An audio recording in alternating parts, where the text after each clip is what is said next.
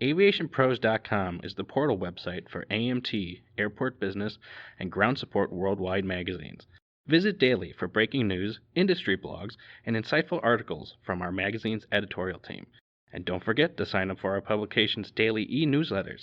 It's all at AviationPros.com.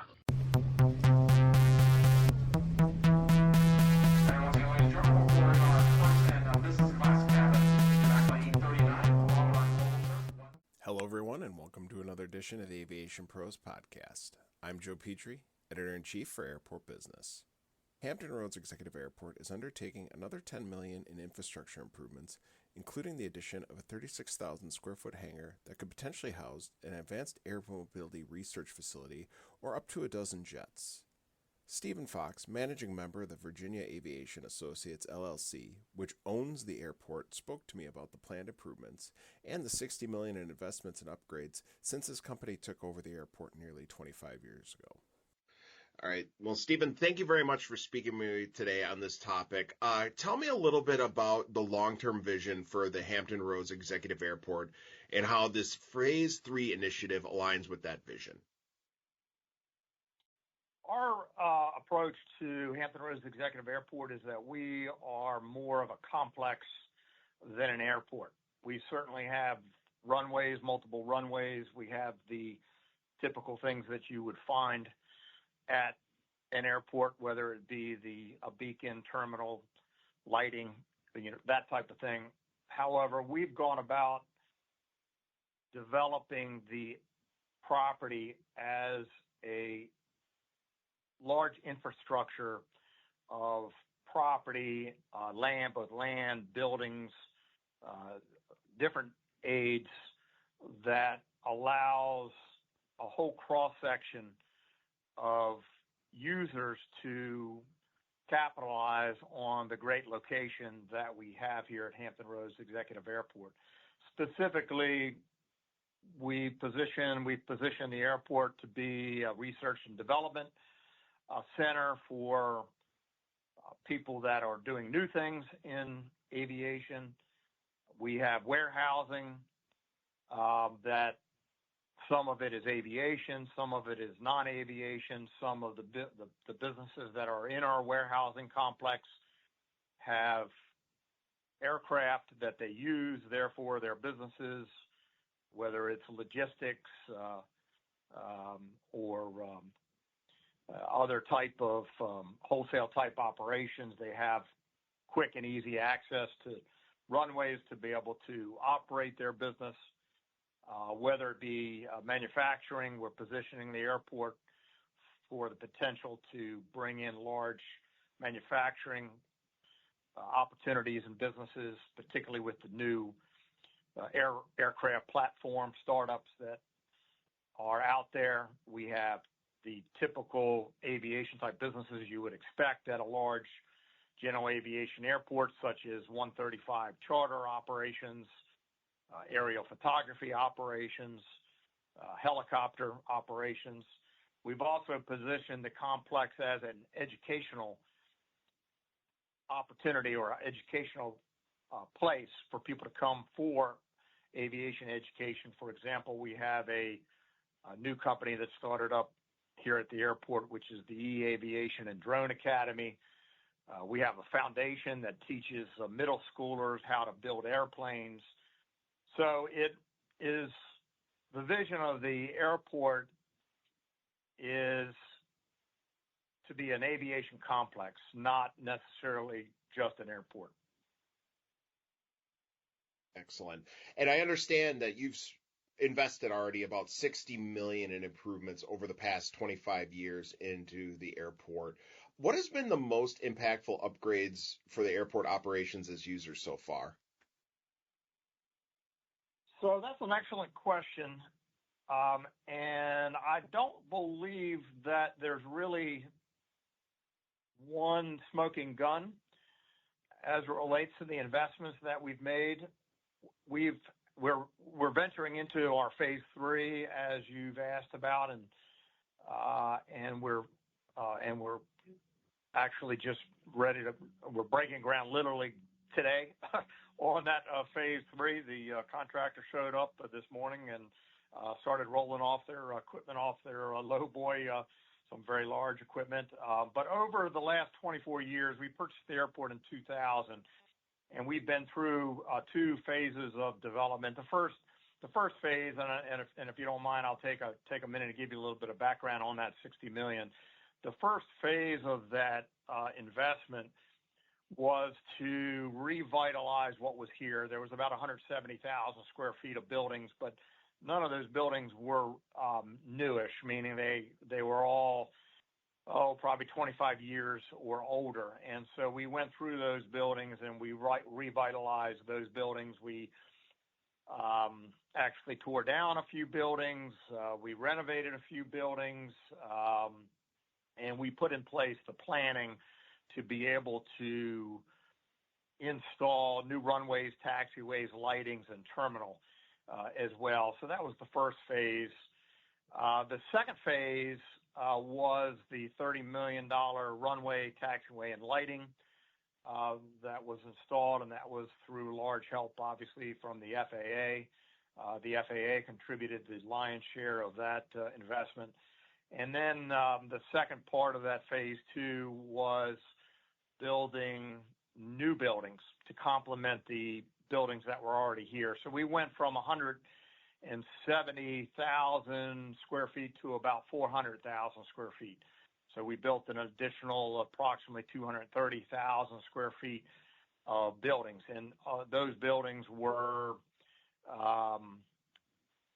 70 new T hangars, 19 new jet hangars, a couple maintenance buildings, and I had already mentioned the terminal that was built as well. And now we're into phase 3. Phase 3 started with 60,000 square feet of very large jet hangars, meaning large enough that you could put a Gulfstream 4 inside those jet hangars. Those 5 are completed, and now we're venturing into this 36,000 square foot development, which is we're breaking ground on literally today, as I speak. So that's a little bit of background. And to answer your question, none of those components of this development, that $60 million, really should have been done on its own. It really was the combination of doing all of those different components. Not necessarily, they weren't all done at exactly the same time, but for example, a new runway, a new $30 million runway and taxiway would almost be irrelevant if you didn't have the new jet hangars, the 19 new jet hangars that we built for smaller jets, and now the 5 new jet hangars that can house up to a Gulfstream 4. We also put in public sewer, for example.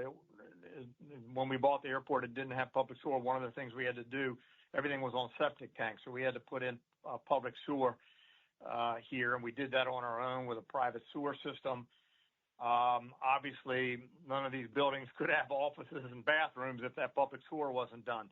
We put in an ILS, instrument landing system, and we have the same ILS now that Norfolk International has,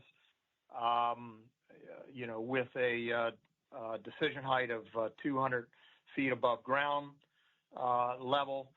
So, without that, obviously, we wouldn't be able to bring in those jets in IFR, conditions. So would public sewer have been good without the buildings? No. Would the buildings have been good without public sewer? No. Would the runways have been a good idea without all the buildings so that the jets, have obviously indoor storage and the businesses have indoor storage? No. Would it have been a smart idea to do any of that without building the new terminal building? We put in a $3.5–4 million terminal building, which is a very state-of-the-art building. It was finished in 2010. That was equally as important as the new runway, taxiway, lighting, ILS, public sewer, and hangars were. So the answer to the question, long story short, is it really was the combination of everything that we did that had the most, that was important to create the impact for the growth of the airport.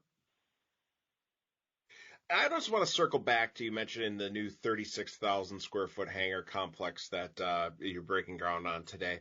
Tell me, how is that going to play into enhancing the airport's capacity and service for transient jets, or even the advanced air mobility flight test and research facility at the airport? So that complex is unique compared to the other buildings and hangars that we've built because of its location. It is immediately at our main entrance to the airport. It will be the first new building that we built closest to our main entrance. We're situated on Highway 58, which is a 6-lane highway. Approximately 100,000 cars a day travel down US 58. This building is literally about 100 feet from the entrance to that highway. So it'll be the newest and the biggest facility that will have been built at the main entrance. And it will be the largest facility to our new terminal that we've built. And so it's not connected to the terminal, but it's walking distance to our terminal that was built in 2010. So we're very excited for that. And we are fairly certain that transient jets, as well as larger Fortune 500 type operators that have jets, will find it of interest once built because of the great location at the main entrance. You literally pull into the airport and you're right at that complex.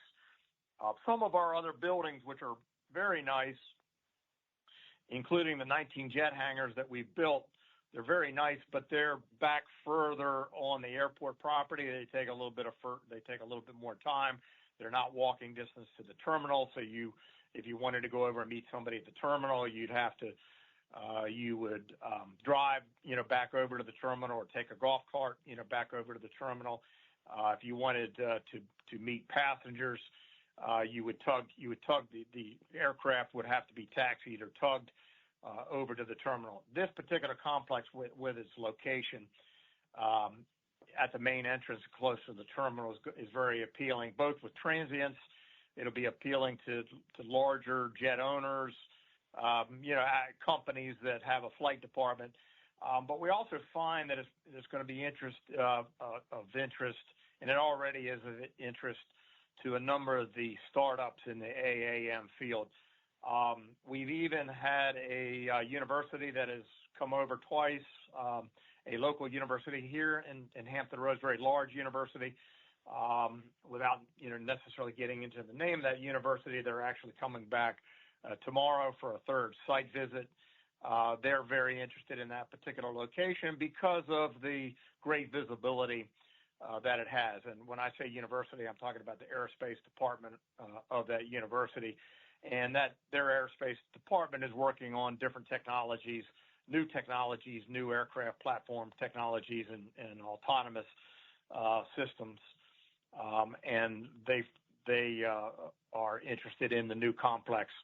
The complex is also being built with three buildings. And so we're going to be able to accommodate either 3 different users of that facility, or 2 users, or obviously one company or one university, or whatever the case may be, might be interested in the entirety. We're also building or looking into building public electric charging stations at that complex, so it'll be able to accommodate the new electric aircraft that's coming out. And we're also looking into the possibility of having a hydrogen production and distribution and dispensing station at this new complex for the new hydrogen aircraft platforms as well. That's an interesting investment. You don't hear enough about these days, even though we're at such a crossroads in the industry. Can you elaborate on the importance of fuel alternatives such as electric and hydrogen propulsion and how these initiatives will shape the future of aviation at Hampton Roads? I find it extremely exciting to learn and be approached by several of the new companies, startup companies that are building new platforms. We have actually unsolicited been approached. Our airport has. I have been approached by about 15 different companies from Vermont to Florida, and as far west as even one in California. But most of the companies on the East Coast, different startup companies. And as you are aware, there's a lot of money being invested in these new startups. So why are they approaching us? And this started about 18 months ago, actually, mainly because of our location of our particular airport. We're within 30 miles of 100 federal facilities here in Hampton Roads, obviously with a huge concentration of military bases. There's a number of federal military facilities that support all of the bases in this area, and a number of those bases and aviation operations are investing in and developing their new technology. So we have a location not only close to corporate interest, but we also have corporates such as Amazon. Amazon has a new 3.5 million square foot distribution facility 1 mile north of us here. But we have a great location for corporate, the new corporate aviation. We have a great location supporting the ports, marine and ports, but we also support the military as well. And so with all of this interest that we read about, a number of the conferences we've been to, in fact, a number of the conferences have been held at our airport here. And some of our tenants here have actually already bought electric aircraft. One of the first electric aircraft on the East Coast was actually based here at Hampton Roads Executive Airport. We obviously sense that there's a need for the airport to support the alternative fuels, both electric and hydrogen and hybrid as well, and perhaps there will be others.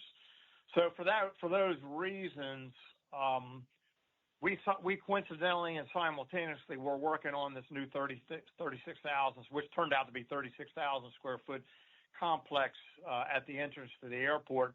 And so it's actually just perfect timing for this new complex to have those features, meaning the public electric charging stations, hydrogen production and dispensing, and so forth.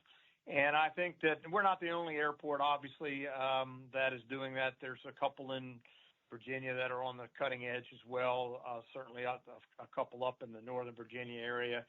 But our airport in particular, being the second largest airport operationally in the state of Virginia, second largest non-towered airport, we felt it was very important to be on the cutting edge in terms of providing the support for the new startups.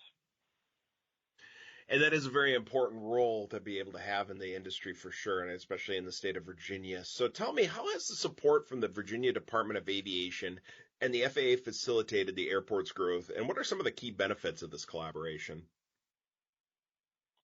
Money and knowledge. We're unique because we're a reliever airport. We're classified as a reliever airport. There's not that many in the state of Virginia. There's 57 non-towered airport. I believe there's maybe 7 or 8 reliever airports. So we're in a small kind of elite class of classification in the state of Virginia.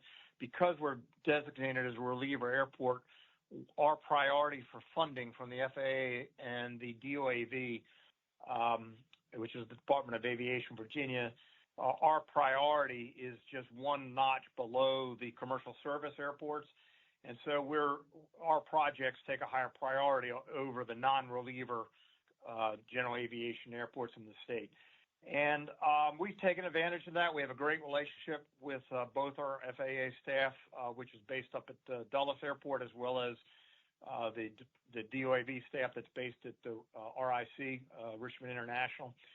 And those staff, all of those staff, there's very little attrition, which is a great thing in both of those departments of the FAA.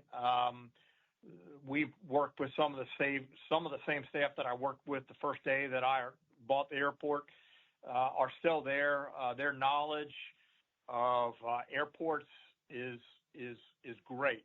They obviously have the benefit of working with, all 66 airports in the state of Virginia, so they see things that we don't necessarily see. They bring new technologies, new ideas. Their problem-solving skills are tremendous. When we run into whether it be underground issues, whether it be airspace issues, whether it be utility issues, whatever the case may be, their knowledge of the funding programs in the state of Virginia that the state government makes available to the DOAV and then to the airports is considerable.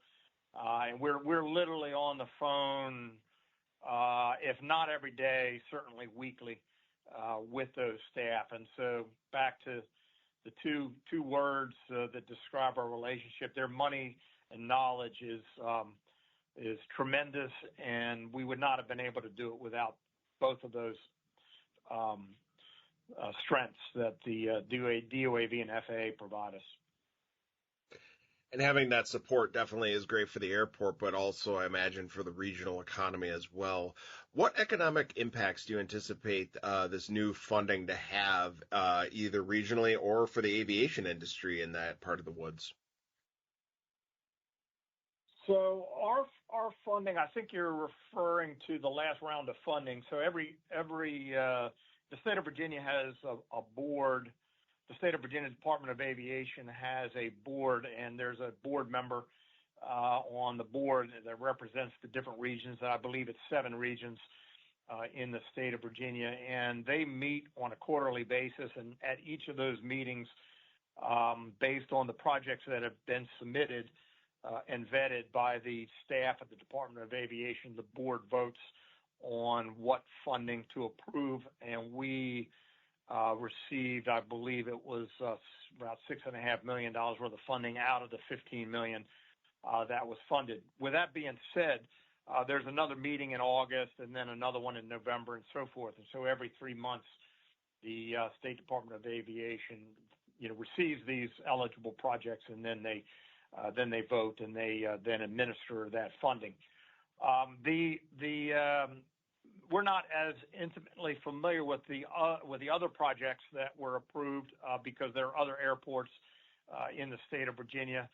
As obviously we're very intimately familiar with the funding that we received for our projects, and the latest round of funding that we received was for the main entrance project, which is this 36,000 square foot facility, but also a substantial rehab of our aprons around the entire terminal area, which is much needed. So that's a very micro, answer to your question. That funding is going to have a tremendous economic impact specific to being able to attract potentially 3 new companies, whether it's AAM startups or charter operations or Fortune 500 companies that might have flight departments and so forth. I will say one interesting thing that we've been made aware of is that the Department of Aviation has set up a new department. They have now a new head of AAM, and that the head of that department actually was our airport planner for over a decade. So he's very familiar with our airport, but we're very pleased to see that the Department of Aviation is going to have dedicated funding for specific projects that are going to become eligible to be able to support the new AAM initiatives, at airports, whether it be electric charging stations, whether it be I know that one of the eligible items now is three-phase power, to be able to bring three-phase power to airports that don't have three-phase power. We already have three-phase power because we're fairly large. A lot of our hangars already require three-phase. We've been operating with three-phase, so we're a little bit further along than some of the other airports that don't have that. But we're very pleased. I think the biggest impact is going to be the fact that the Department of Aviation, Greg Campbell is the director, and the board of the Department of Aviation has recognized that this new industry, the new initiatives under AAM, are going to require specific focus, specific staff, and specific funding to be able to support those initiatives over the next decades to come. And another important initiative in the industry, especially when we talk forward thinking, is the idea of building sustainable. And of course, you guys are investing in the infrastructure for electric and hydrogen fueling options. What steps are you taking to ensure the airport's development is sustainable and environmentally friendly?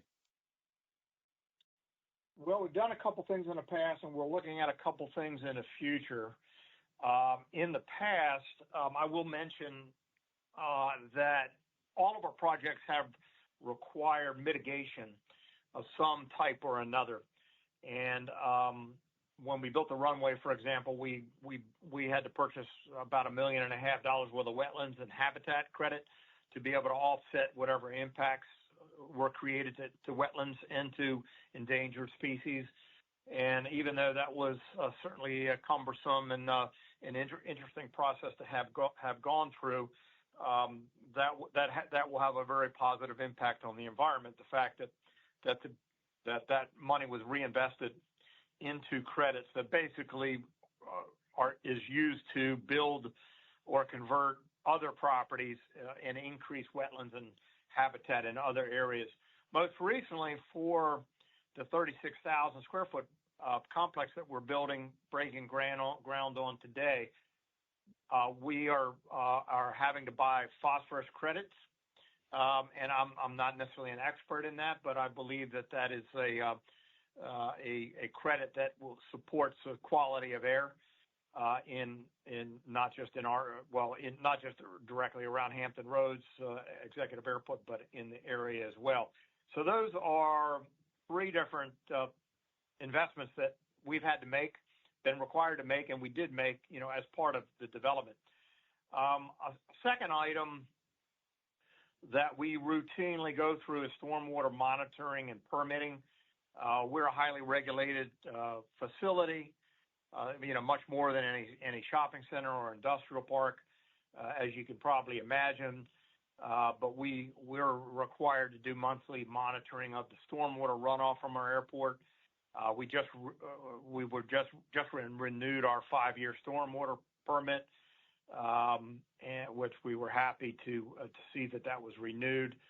And so that's another item that we've done in the past and have to continue to do. In the future, we're looking at building solar, putting in solar panels to be able to power the electrical needs of the airport. Some airports have done that. It obviously uses up a lot of land, so it's a trade-off there. But one of the things that we're looking at is, I think I mentioned I may not have mentioned, we have close to 500,000 square feet. I believe we'll have over 500,000 square feet with the new complex that we're building. And all of that is one level. That's one-story buildings. And so that's quite a bit of rooftops. And so we actually have engaged a firm right now to look at putting solar panels on all of our rooftops. And as I mentioned, that will then support or provide renewable energy, renewable electricity for our electrical needs, but also having researched and been to the hydrogen conferences, and we just attended the International Global Hydrogen Summit in Washington, D.C. The creation of hydrogen, one method is electrolysis of water. And to do that, you need a fair amount of electricity to be able to split water into hydrogen and oxygen. And rather than use electricity from Dominion Energy, which is our power company, we're looking at using solar panels so that the process will be completely renewable. It'll be a completely renewable energy project where we're creating our own electricity, and that electricity will be used to split the water into hydrogen, and then we'll use that hydrogen to fuel the aircraft for the new hydrogen startups and platforms that are being created. So we're very excited about that. Yeah, there's definitely a lot of fascinating opportunities for the airport, that's for sure.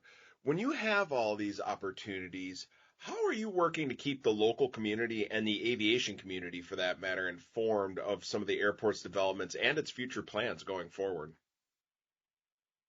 We have a very robust communication system and program. We obviously have a database of all of not just our key staff, but also additional staff at all of our tenants. We have over 200 tenants at our airport. As I mentioned, we have 500,000 square feet of buildings. We have all types of tenants, from small planes. We actually have 170 T hangars total at our airport. We have 19 individual jet hangars. We have about 15, 20 business hangars here. And so we routinely communicate with all of those constituents, our tenants and users of our airport. We also we communicate via newsletters. We communicate via email broadcast, Facebook, LinkedIn, and so forth. We also have some interesting activities here at the airport. We have public safety days. We just had a drone public safety day where we had all of the cities bring their drone departments. As you probably know, a lot of the cities are using or have created drone departments and dispatch drones for their police forces. And our airport is like other regions. City of Norfolk was here, City of Newport News, and so forth. And so those departments came out. Obviously, the integration of drones and aircraft is very important. That's going on all across the country. It's going on here. We had about 12 exhibitors here in April at our Public Safety Day. We had about close to 500 people that attended that event, by the way. In October, on October 1st, the AVSI, the Autonomous Society, Autonomous Vehicle Society, is having a 3-day symposium. And one of the 3 days is being held here at our airport, and our day is October 1st. The balance of it is over at the Marriott in Newport News. And so we're communicating with the whole community of people interested in autonomous aircraft, at that symposium at the October 1st day. We also have individual demo days. On October 10th here at the airport, we're having a hydrogen demo day, which is going to be very interesting. There's at least three different companies that are going to be exhibiting different hydrogen technologies that can be used in aviation. We also have, on the more recreational side of things, we have antique aircraft. We have new aircraft and antique aircraft fun days where we have food and festivities, and we're having 10 different antique planes flying in from over at the museum that's based in Virginia Beach. So we have a number of different things that we keep in touch with our constituents. You've obviously done a lot of work and invested a lot of money into the airport. What have been the biggest challenges you've faced with implementing these extensive upgrades, and how have you been addressing them? Good question. 3 different things have impacted us, and it's an easy answer for me because they have specifically impacted this new project we're breaking ground on today. Probably the biggest is interest rates. There was a big slowdown of construction projects and airports. It affected airports just like everybody else. Interest rates went from about 3% up to about 7.5%, 8%. That's almost a tripling of the interest cost. And in our case, we're a privately owned public service airport, and therefore, we provide our own money for a significant share of the investment in these projects. We're grateful that we have partial funding from the State Department of Aviation and in some cases the FAA, but it doesn't necessarily pay for the buildings themselves. And so those interest rates, they skyrocketed very quickly over a 12-month period of time from 3 to close to 8%. And so that was probably the biggest impact. Simultaneous with that, you probably have heard about this, and probably some of your other listeners have been impacted as well, and that is the construction cost. It really got out of hand toward the tail end of COVID. Construction costs were so bad you couldn't even find certain materials. For example, we couldn't even get electrical panels through Dominion Energy. They just didn't have them in supply. Metal skyrocketed. Metal was in short supply. The cost of metal buildings skyrocketed. So there was a number of things that's construction costs. Both of those things, they have not necessarily come down, but they have leveled off, which is a good thing. Interest rates leveled off right in the 7.5% range, give or take, and which is a good thing. So at least we now can plan on those economics. It's very difficult to plan and enter into a project when interest rates are skyrocketing. Construction costs, although they have not come down significantly, metal prices have come down about 15%, so that's a good thing. Other construction costs have somewhat leveled off. The third thing I would mention is the stormwater infrastructure. The regulatory agencies, whether it be state or city, there have been new stormwater laws that have been put into place. Every 5 years or so, 3 to 5 years, there's usually a new set of regulations that come out, and the regulations regarding your runoff from any development, but particularly airports, requires a much more stringent analysis and usually more expensive systems to be able to hold that stormwater and monitor the stormwater and then monitor its runoff, into the different water bodies that are around, our particular airport. So the actual site work cost of construction projects, such as the new project we're starting today, the site work and the stormwater component of those is significant. That our project is about $10 million. Approximately $5 million is just for the site work. Isn't even going towards the buildings, just to give you a feel. So a good 50% of the project, 50% or more of the project cost is actually going underground. And it relates to either the stormwater, the conduit, the electrical conduits, the actual retention mechanism, the retention of the stormwater itself, et cetera. You're obviously putting a lot of attention into things like new fuel technologies, alternative fuel technologies for aircraft, and also advanced air mobility. How do you see these trends evolving over the next decade? And more importantly, what role do you want Hampton Roads Executive Airport to play in these advancements? So we're already playing a significant role, as we have already talked about. But I will say that I expect things to move slowly. The funny thing with aviation is the planes move fast, but everything else moves slow in aviation. And whether it's building an airport or building a runway or building hangars, building an ILS, whatever the case may be, I expect that the certification and the adoption of the new aircraft platforms is also going to take time as well. We've heard forecasts of new aircraft being certified and actually being used within 2 years or less. We certainly hope that that's the case. that's probably a very aggressive and optimistic, approach. So our opinion are things, we'll move slowly but steady. Hampton Roads has already got ahead of things by adopting this new complex that we're building to be able to have the infrastructure required for electrical charging stations and provisions for hydrogen fuels. And so we're in pretty good position.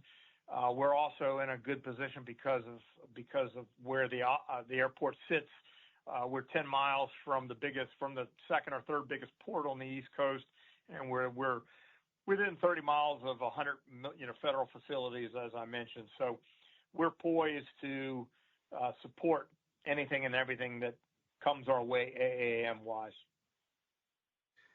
And it brings me into my last three questions I have for you today, which I always reserve for our airport managers and leaders out there to give an opportunity to really speak about who you are as a organization.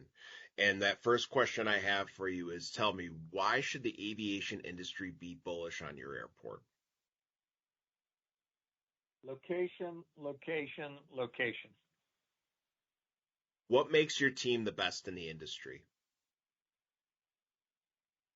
We have an interesting staff. Our staff, from management down to maintenance and fueling, do not focus on flying. We focus on infrastructure. Our approach to the airport, as I mentioned, is we're a complex. We're actually an incubator for everything relating to aviation and even all of the peripheral support companies that support aviation, whether it be the fuels or the logistics and the manufacturing and so forth. We don't fly planes. We don't. Most of our staff are corporate trained, military trained. A lot of them have military training, usually in the support parts, not necessarily in flying. Not necessarily, their background is not necessarily in flying. It's more in the support, whether it's running airfields or fuel operations in the military. Some of our managers worked for the Department of Defense.